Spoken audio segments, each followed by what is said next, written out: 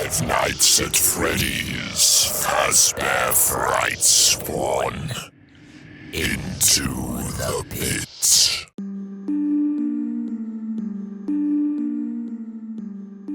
The dead possum's still there.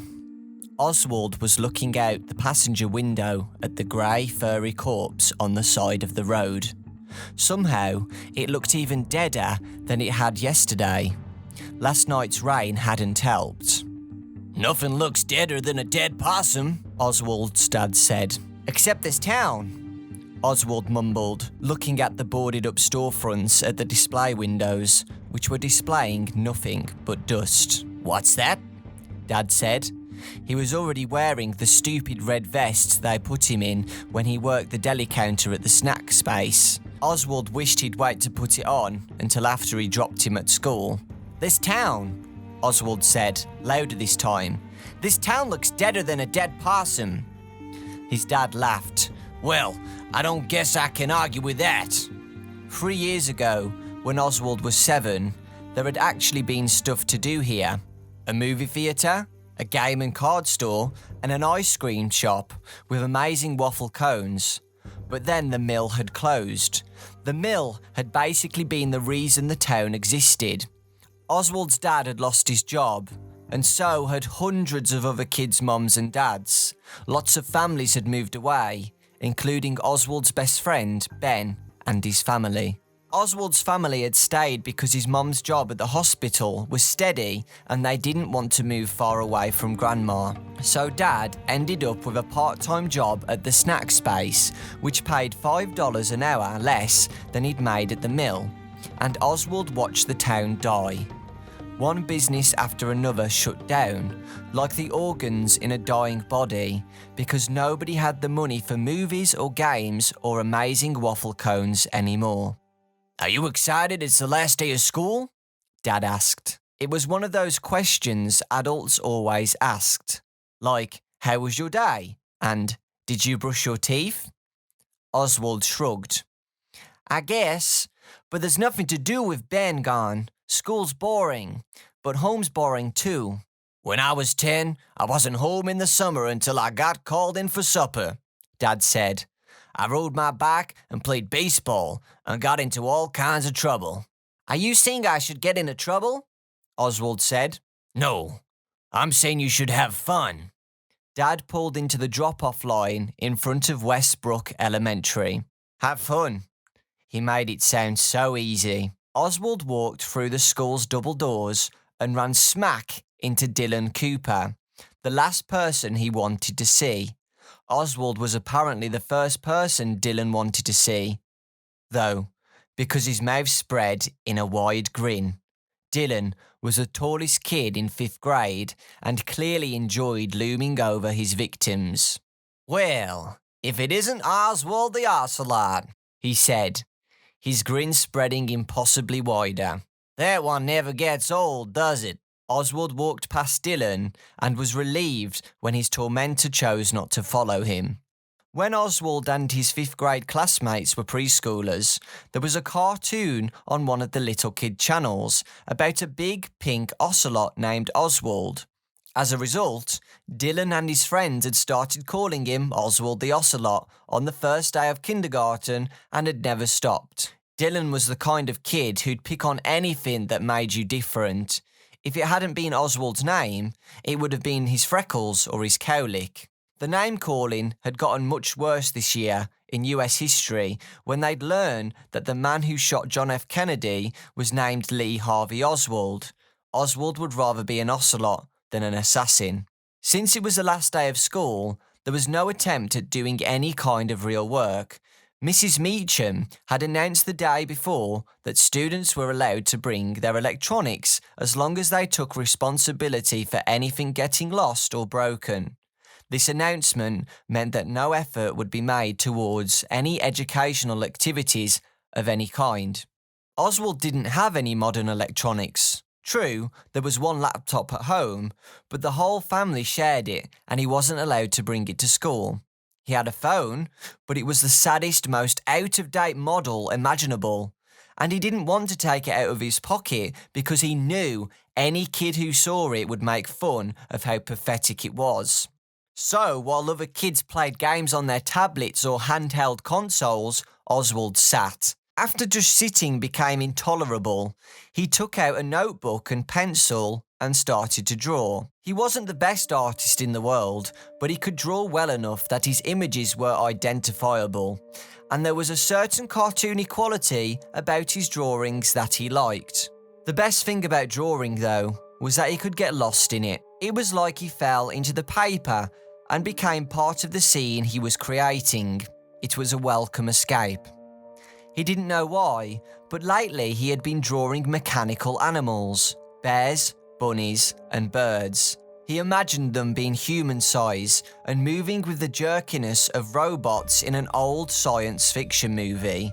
They were furry on the outside, but the fur covered a hard metal skeleton filled with gears and circuits. Sometimes he drew the animals' exposed metal skeletons or stretched them with the fur peeled back to show some of the mechanical workings underneath. It was a creepy effect, like seeing a person's skull peeking out from beneath the skin. Oswald was so immersed in his drawing that he was startled when Mrs. Meacham turned off the lights to show a movie. Movies always seemed like a teacher's final act of desperation on the day before break, a way to keep the kids quiet and relatively still for an hour and a half before setting them loose for the summer. The movie Mrs. Meacham chose was, in Oswald's opinion, too babyish for a room full of fifth graders. It was about a farm with talking animals, and he had watched it before, but he watched it again because, really, what else did he have to do? At recess, kids stood around tossing a ball back and forth and talking about what they were going to do over the summer. I'm going to a football camp. I'm going to a baseball camp. I'm going to hang out at my neighborhood pool. I'm going to stay with my grandparents in Florida. Oswald sat on a bench and listened. For him, there would be no camps and no pool memberships and no trips because there was no money. And so he'd draw pictures, play his old video games that he'd already beaten 1,000 times, and maybe go to the library. If Ben was still here, it would be different. Even if they were just doing the same old stuff, they'd be doing it together. And Ben could always make Oswald laugh, riffing on video game characters or doing a perfect impersonation of one of their teachers. He and Ben had fun no matter what they did, but now a summer without Ben yawned before him, wide and empty. Most days, Oswald's mom worked from 12 p.m. until 12 a.m, so his dad had to make the dinner. Usually, they got by on frozen meals like lasagna and chicken pot pie, or on cold cuts and potato salad from the snack space deli that they were still good enough to eat but not good enough to sell. When Dad did cook, it was usually things that just required boiling water. While Dad got the dinner ready, Oswald's job was to feed Jinx, their very spoilt black cat. Oswald often thought that he used the same amount of cooking skill in opening Jinx's can of stinky cat food as his dad used in his dinner preparations. Tonight, Oswald and Dad were sitting down to plates of blue box mac and cheese and some canned corn his dad had zapped in the microwave. It was a very yellow meal. You know, I was thinking, Dad said, squirting ketchup onto his macaroni and cheese. Why did he do that? Oswald wondered. I know you're old enough to stay home by yourself, son, but I don't like the idea of you staying by yourself the whole day while your mom and I are at work. I was thinking you could ride into town with me in the mornings, and I could drop you off at the library. You could read, surf the net. Oswald couldn't let this one slide. How out of date could his dad be? Nobody sees surf the net anymore, Dad. They do now, because I just said it. Dad forked up some macaroni. Anyway, I thought you could hang out in the library in the mornings. When you get hungry, you could head over to Jeff's Pizza for a slice and a soda, and I could pick you up there once my shift's over at 3. Oswald considered for a moment. Jeff's Pizza was kind of weird. It wasn't dirty exactly, but it was run down. The vinyl on the booth seats had been repaired with duct tape, and the plastic letters had fallen off the menu board above the counter, so the listed toppings included pepperon and hamburger. And the plastic letters had fallen off the menu board above the counter. It was clear that Jeff's Pizza used to be something bigger and better than it now was. There were tons of unused floor space and lots of unused electrical outlets along the base of the walls. Also, on the far wall was a small stage, even though there were no performances there. Not even so much as a karaoke night.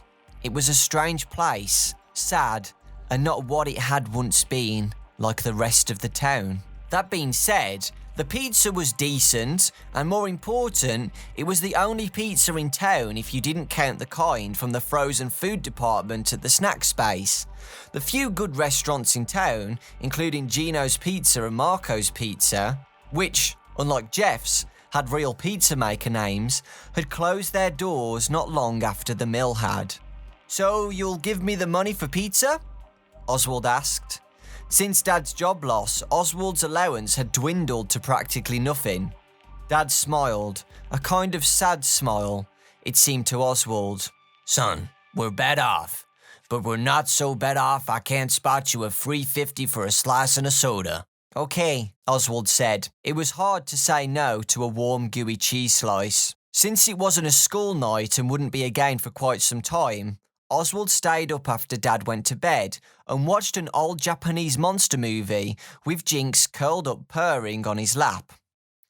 Oswald had seen a lot of B-grade Japanese horror films, but this one, Zendrelix vs. Mechana-Zendrelix, was new to him. As always, Zendrelix just looked like a giant dragon thing, but Mecha-Zendrelix reminded him of the mechanical animals he drew when he stripped them of their fur. He laughed at the movie's special effects. The train Zendrelix destroyed was clearly a toy, and at how the actors' lip movements didn't match the dubbed-in English. Somehow, though, he always found himself rooting for Zendrelix. Even though he was just a guy in a rubber suit, somehow he managed to have a lot of personality. In bed, he tried to count his blessings. He didn't have Ben, but he had monster movies and the library and lunchtime pizza slices. It was better than nothing, but it still wasn't going to be enough to keep him going all summer. Please, he wished, his eyes closed tight. Please let something interesting happen. Oswald woke to the smell of coffee and bacon. The coffee he could do without, but the bacon smelled amazing. Breakfast meant time with his mom, often the only time he got with her until the weekend. After one necessary stop, he hurried down the hall to the kitchen. "Well, look at that! My rising sixth grader has risen." Mom was standing over the stove in her fuzzy pink bathrobe, her blonde hair pulled back in a ponytail, flipping. "Oh, yum! Were those pancakes?" "Hi, Mom." She opened her arms. "I demand a morning hug." Oswald sighed like it annoyed him, but he went over and hugged her. It was funny. With Dad, he always said he was too old for hugs, but he never turned down his mom's open arms. Maybe it was because he didn't get to spend much time with her during the week. While he and Dad spent so much time together, they sometimes got on each other's nerves. He knew Mom missed him and felt bad for having to work such long hours, but he also knew that since Dad's job at the snack space was just part-time, Mom's long hours were most of the reason the bills were getting paid. Mom always said that adult life was a fight between time and money. The more money you earned to spend the bills on necessities, the less time you got to spend with your family. It was a difficult balance. Oswald sat down at the kitchen table and thanked his mom when she poured his orange juice. "First day of summer break, huh?" Mom went back to the stove to scoop up a pancake with her spatula. "Uh-huh." He probably should have tried to sound more enthusiastic, but he couldn't muster the energy. She slid the pancake onto his plate and then served him 2 strips of bacon. "Not the same without Ben, huh?" He shook his head. He wasn't going to cry. Mom ruffled his hair. I know, it's a bummer, but hey, maybe a new friend will move to town. Oswald looked at her hopeful face. Why would anybody move here? Okay, I see your point, Mum said, piling on another pancake. But you never know, or maybe somebody cool already lives here. Somebody you don't even know yet. Maybe, but I doubt it, Oswald said. These pancakes are great, though. Mum smiled and ruffled his hair again. Well, I've got that going for me anyway. Do you want more bacon? If you do, you better grab it before your dad gets in here and vacuums it all up. Sure, it was Oswald's personal policy never to refuse more bacon. The library was actually kind of fun. He found the latest book in a science fiction series he liked and a manga that looked interesting. As always, he had to wait forever to use the computers because they were all taken by people who looked like they had no place else to be. Men with scraggly beards, wearing layers of ratty clothing, two thin women with sad eyes and bad teeth. He waited his turn politely, knowing that some of these people used the library for shelter during the day, then spent the night on the streets. Jeff's pizza was weird as he remembered. The big empty space beyond the booths and tables was like a dance floor where nobody danced. The walls were painted a pale yellow, but they must have used a cheap paint or only one coat, because the shapes of whatever had been on the walls before were still visible. It had probably been some kind of mural with people or animals, but now it was just shadows behind a thin veil of yellow paint. Oswald sometimes tried to figure out what the shapes were, but they were too blobby to make out. Then there was the stage that never got used, standing empty but seemingly waiting for something. Though a feature even weirder than the stage lay back in the back right corner. It was a large rectangular pen surrounded by yellow netting, but it had been roped off with a sign that said, "Do not use." The pen itself was filled with red, blue, and green plastic balls that had probably been brightly coloured once, but now they were faded and fuzzy with dust. Oswald knew that the ball pits had been popular features in kiddie playlands, but had largely disappeared because of concerns about hygiene. After all, who was going to disinfect all those balls? Oswald had no doubt that if ball pits had been popular when he was little, his mum wouldn't have let him play in one. As a licensed practical nurse, she was always happy to point out places she found to be too germy to play in. And when Oswald would complain that she never let him have any fun, she'd say, "You know what's not fun? Pink eye." Except for the empty stage and ball pit, the strangest feature in Jeff's pizza was Jeff himself. He seemed to be the only person who worked there, so he took both orders at the counter and made the pizzas. But the place was never crowded enough that this was a problem. Today, like all days, Jeff looked if he hadn't slept in a week. His dark hair was sticking up in weird places, and he had alarming bags under his bloodshot eyes. His apron was stained with both recent and ancient tomato sauce. "What can I get you?" he asked Oswald, sounding bored. "A cheese slice and an orange soda, please," Oswald said. Jeff stared off into the distance, as though he had to think about whether the request was a reasonable one or not. Finally, he said, "Okay, $3.50. One thing you could say about Jeff's pizza slices, they were huge. Jeff served them on a flimsy white paper plate that was soon stained with grease, and the corners of the triangles always overlapped the plate's rims. Oswald settled into a booth with his slice and soda. The first bite, the tip of the triangle, was always the best. Somehow the proportions of all the flavours in that bite were perfect. He savoured the warm, melty cheese, the tangy sauce, and the pleasantly greasy crust. As he ate, he looked around at the few other customers. A pair of mechanics from the oil change place had folded up their pepperoni slices and were eating them like sandwiches. A table full of office workers clumsily attacked their slices with plastic forks and knives, so they wouldn't drip the sauce on their ties and blouses, Oswald guessed. After Oswald finished his slice, he wished for one more, but he knew he didn't have the money for it. So he wiped off his greasy fingers and took out his library book. He sipped his soda and read, falling into a world where kids with secret powers went to a special school to learn how to fight evil. "Kid." A man's voice startled Oswald out of the story. He looked up to see Jeff in his sauce-stained apron. Oswald figured he had outstayed his welcome.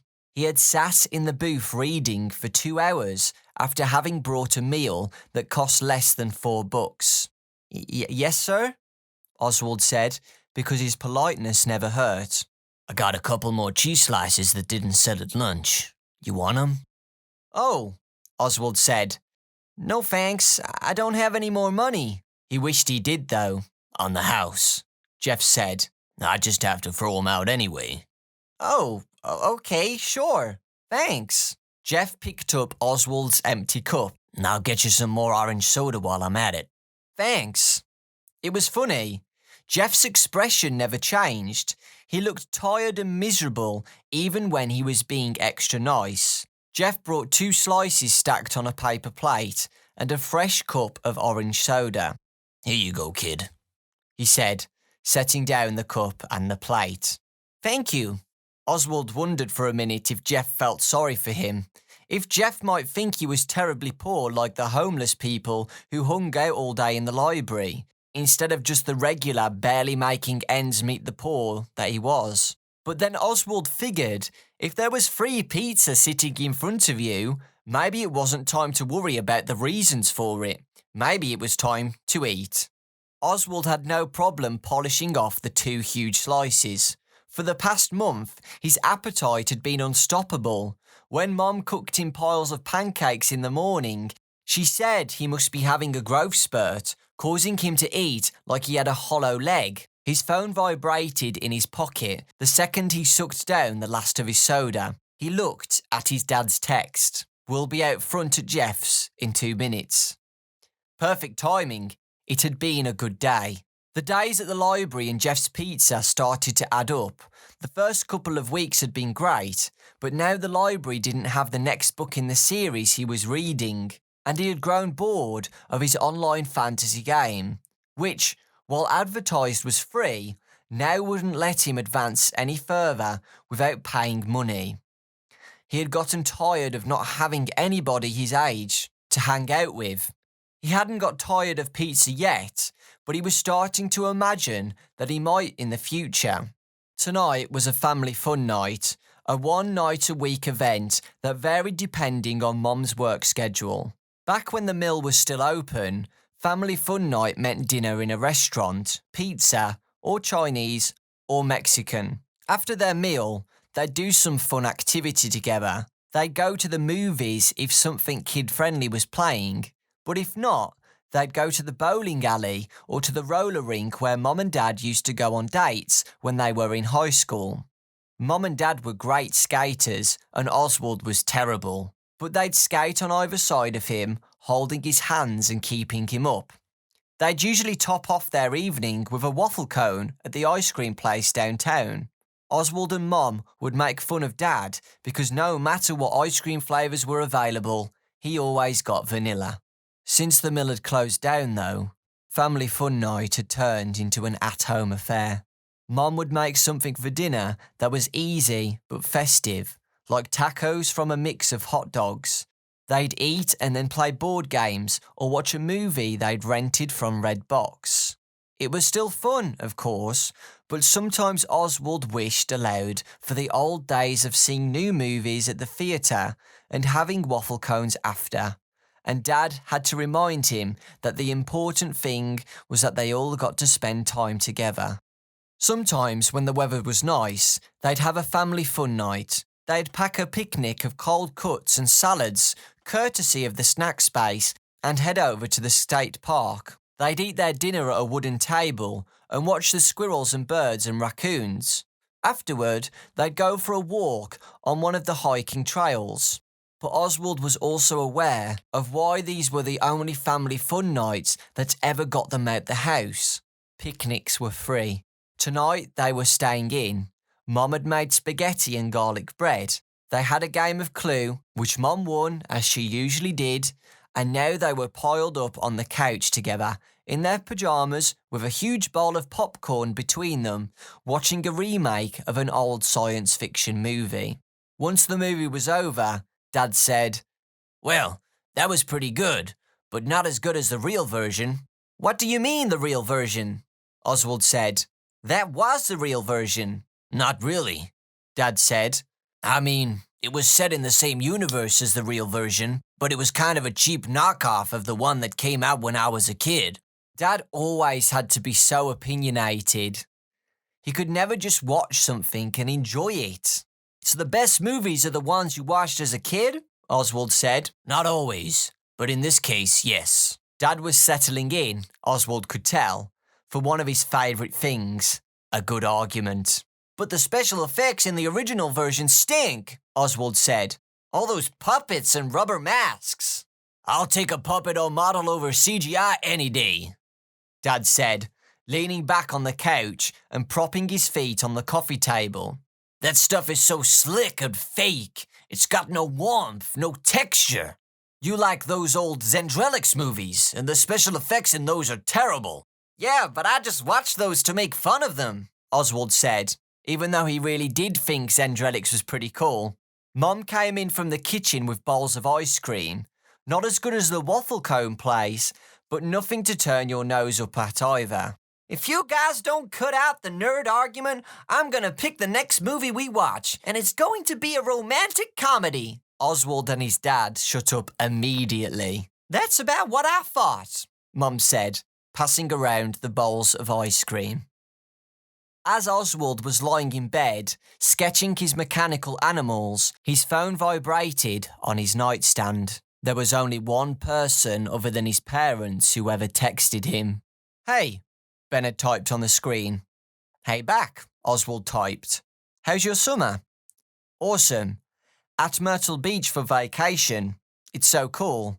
Arcades and mini-golf everywhere."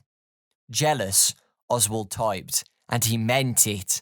A beach with arcades and mini-golf really did sound awesome. "Wish you were here," Ben typed. "Me too. How's your summer?" "Okay," Oswald texted. He was briefly tempted to make his summer sound cooler than it was, but he could never lie to Ben. "Been going to the library a lot. Lunch at Jeff's Pizza. That's all." It did sound pathetic compared with a family trip to the beach. He texted, "Pretty much, yeah." "I'm sorry," Ben texted. And then, "That pizza place is creepy." They chatted a little while longer, and although Oswald was happy to hear from Ben, he was also sad that his friend was so far away and having such a good time without him. Monday morning, and Oswald was in a bad mood. Even his mum's pancakes didn't help. In the car, Dad turned up the radio too loud. It was some stupid song about a tractor. Oswald reached for the knob and turned it down. "Hey, dude! Drivers pick the music, you know that," Dad said. He turned the awful song back up even louder. "It's bad music," Oswald said. "I'm trying to save you from yourself." "Well, I don't like those video game songs you listen to," Dad said. "But I just don't barge into your room and turn them off." "Yeah?" Oswald said. "But I don't force you to listen to them either." Dad turned the radio down. "What's with the attitude, son? Whatever's bothering you. It's not just that I like country music." Oswald didn't feel like talking, but clearly he was being forced to. And once he opened his mouth, he was surprised to feel complaints erupting from him like lava from a volcano. "I'm tired of every day being exactly the same. Ben texted me yesterday. He's at Myrtle Beach having an awesome time. He wanted to know what I was doing, and I told him I was going to the library and Jeff's Pizza every day. And you know what he texted back? 'I'm sorry, and that place is creepy.'" Dad sighed. I'm sorry we can't go on vacation and have an awesome time, Oz. Things are hard right now where money's concerned. I'm sorry it affects you. You're a kid. You shouldn't have to worry about money. I'm hoping they'll move me full-time at the store in the fall. That'll help a lot. And if I get promoted to deli manager, it'll be another $1.50 an hour. Oswald knew he shouldn't say what he's about to say, but here he went anyway. Ben's dad got a job that pays even better than his old job at the mill. Dad tightened his grip on the steering wheel. Yeah, well, and Ben's dad had to move 500 miles away to get that job. His voice sounded tight as the grip on the wheel, and Oswald could tell his jaw was clenched. Your mom and I talked a lot about it, but we decided not to move, especially with your grandma living here and needing help sometimes. This is our home, kiddo, and things ain't perfect, but we just have to make the best of them. Oswald felt himself crossing the line from grumbling into grounding territory. But why did some people get the best of everything and others had to settle for free library visits and cheap pizza? And so every day you toss me out on the street like garbage. If this is the best of things, I'd hate to see the worst. Now, son, don't you think that's a little dramatic? Oswald didn't stick around to hear the rest of his dad's criticism. He got out the car and slammed the door. His dad sped away, probably glad to get rid of him. Just as he predicted, the library still didn't have the book he wanted. He flipped through a few magazines, the kind with exotic jungle animals, which he usually liked, but they weren't doing much for him today. When his turn came for a computer, he put in his earbuds and watched some YouTube videos, but he wasn't in a good enough mood to laugh. At lunchtime, he sat in Jeff's Pizza with his slice and soda. Every day, a cheese slice. If his dad wasn't so stingy, he'd give him another $1 so he could have pepperoni or sausage. But no, it had to be the cheapest pizza you could get. Sure, money was tight, but really? Was another $1 a day going to break the bank? Looking around the place, Oswald decided Ben was right. Jeff's Pizza was creepy. There were those shadowy painted-over figures on the walls, the dusty abandoned ball pit, and when he thought about it, Jeff was kind of creepy too. He looked 100 years old, but was probably just 30, with those heavy-lidded, bloodshot eyes, the stained apron, and the slow speech and movement. He was like a zombie pizza chef. Oswald thought about his argument with Dad that morning. Soon Dad would be texting him, expecting him to come outside to the car. Well, today was going to be different. Today, Dad would have to come find him. There was one perfect place to hide. Oswald was going into the pit. The pit was pretty gross, really. Obviously untouched for years, the plastic spheres were covered in a grey, fuzzy dust, but hiding there would be a great prank on his dad. His dad, who was always dropping him off and picking him up like somebody's dry cleaning, would actually have to get out the car and make an effort for a change. Oswald wouldn't make it easy for him either. Oswald took off his shoes. Yes, the ball pit was disgusting, but at least getting into it would make today different from all of the other days that had come before it. He climbed into the pit and felt the balls parting to make room for his body. He moved his arms and legs. It was a little like swimming, if you could swim in dry plastic spheres. He found his footing at the bottom of the pit. Some of the balls were strangely sticky, but he tried not to think about why. If he was going to trick his dad, he was going to have to go all the way under. He took a deep breath, as if he were about to jump into a swimming pool, and fell to his knees. That put him up to his neck, wiggling around so he was sitting on the pit's floor, put his head under too. The balls spread apart far enough that he could breathe, but it was dark and it made him feel claustrophobic. The place stank of dust and mildew. "Pinker!" He could hear his mother's voice saying, "You're gonna get Pinker!" The smell was really getting to him. The dust tickled his nose. He felt a sneeze coming on, but he couldn't move his hand through the spheres fast enough to reach his nose and muffle it. He sneezed 3 times, each one louder than the one before. Oswald didn't know if his dad was looking for him yet, but if he was, the sneezing ball pit had probably given away his location. Besides, it was too dark and too gross in there. He had to come up for air. As he rose, his ears were assaulted by the sound of electronics and yelling and laughing kids. It took a few seconds for his eyes to adjust from the darkness of the pit to the brightness that now surrounded him, the flashing lights and vivid colours. He looked around and muttered, "Toto, I don't think we're in Kansas anymore." The walls were lined with shiny arcade cabinets housing games he'd heard his dad talk about from his own childhood. Miss Pac-Man, Donkey Kong, Frogger, Hubert, Gallagher. A neon-lighted claw machine displayed plush blue elf-like creatures and orange cartoon cats. He looked down at the pit and realised he was surrounded by little kids wallowing in the strangely clean and now brightly coloured plastic orbs. He stood over the preschoolers like a giant. He stepped out of the pit to find his shoes, but they were gone. Standing on the colourful carpet in his sock feet, he looked around. There were lots of kids his age and younger, but there was something different about them. Everyone's hair was styled and fluffy, and the boys wore polo shirts in colours lots of guys wouldn't be caught dead in, like pink or aqua. The girls' hair was almost unbelievably big, with bangs that stood out from their foreheads like claws. They wore pastel-coloured tops that matched their pastel-coloured shoes. The colours, the lights, the sounds. It was a sensory overload. And what was that music? Oswald looked around to see where it was coming from. Across the room, on a small stage, a trio of animatronic animals blinked their big blank eyes, opened and closed their mouths, and pivoted back and forth in sync with a jangly, annoying song. There was a brown bear, a blue rabbit with a bow tie, and some kind of bird girl.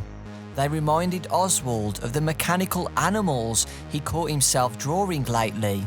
The difference was that he could never decide if the animals in his drawings were cute or creepy. These were creepy.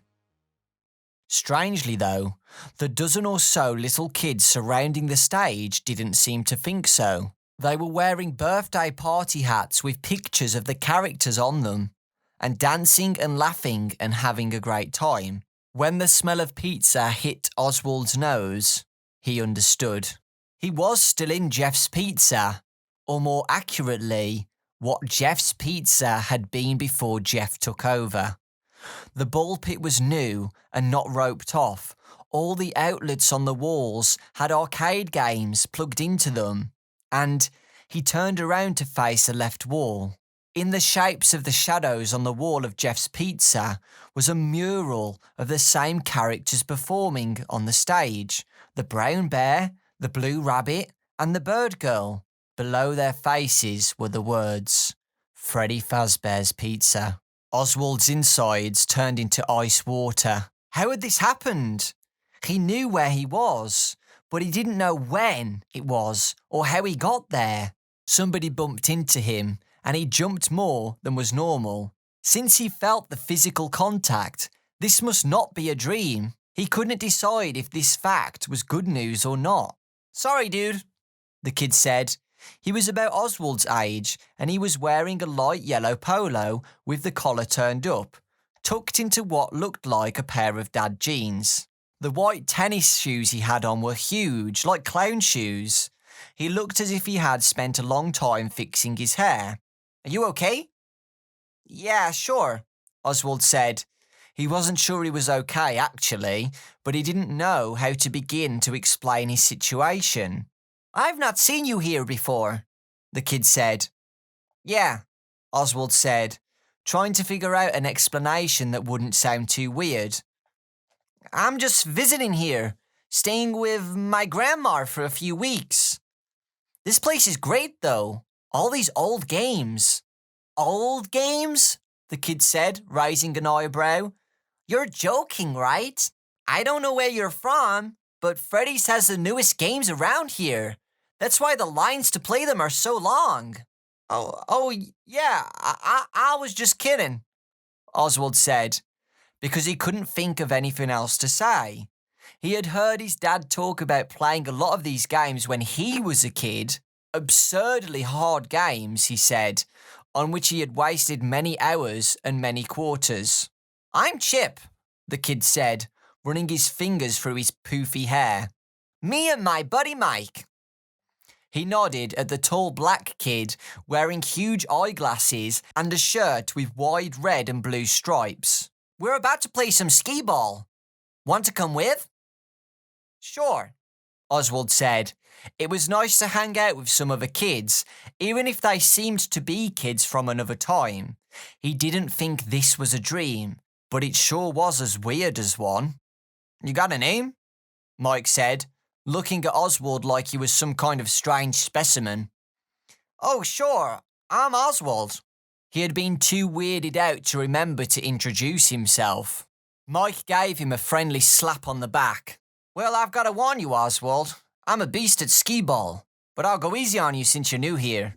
Thanks for having mercy on me, Oswald said.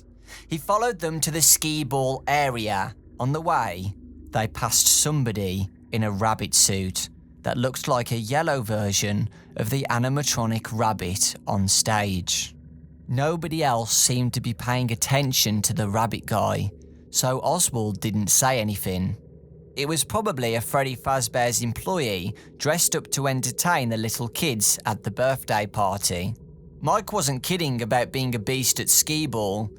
He easily beat Chip and Oswald 3 times, but he was a good sport, and they spent the whole time joking around. It felt good to be included. But after another couple of games, Oswald started to worry. What time was it really? How long had his dad been looking for him? And how was he going to get back in his real life? Sure, he wanted to give Dad a little scare, but he didn't want to scare the old man so much he'd get the police involved. Hey, guys, I better run, Oswald said.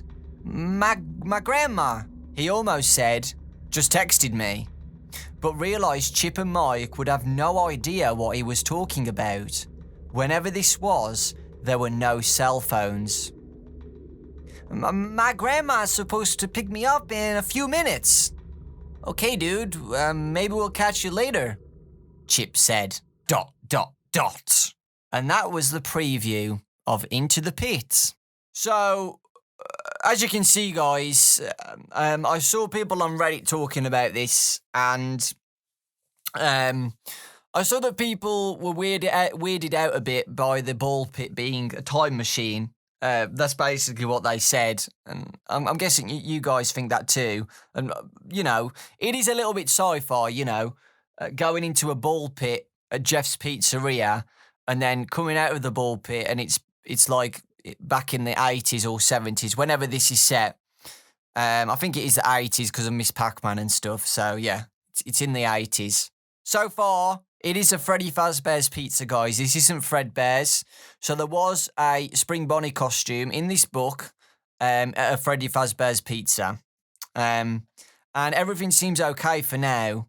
The animatronics are there, all the arcade games, and, you know, it's probably something's going to happen. Oswald isn't going to escape yet. He's going to walk around more, see things happen, probably see... you know, William Afton kill some kids, stuff like that. So yeah, it's going to be interesting.